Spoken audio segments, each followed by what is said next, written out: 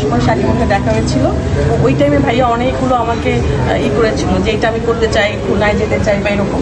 Finally যখন ভাইয়া আমাকে 10 দিন আগে মনে আমাকে নক করেছে যে আমরা প্রোগ্রামটা করছি, আপনাকে আমি চাই অ্যাজ এ গেস্ট হিসাবে আসেন, আমাদের সাথে থাকে, ওইটা আসলে আমার জন্য অনেক বড় ব্যাপার ছিল। আমার কাছে মনে হচ্ছে ভাইয়া ডাকছে এবং আমার দেখা যাওয়া উচিত।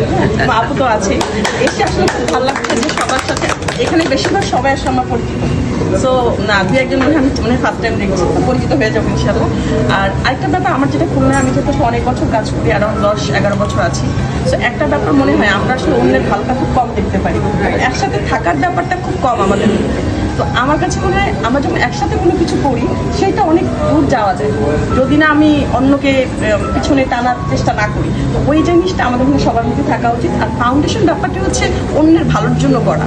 ফাউন্ডেশন এইটা মাথায় রাখতে হবে যে আমি আসলে আসছি এখানে নিজের ভালো প্লাস অন্যের ভালো করা। ওই জিনিসটা মাথায় যদি রাখি আমরা মনে হয় সবাই একসাথে কাজ করতে পারি। থ্যাংক ইউ সো মাচ আমার টাকার জন্য।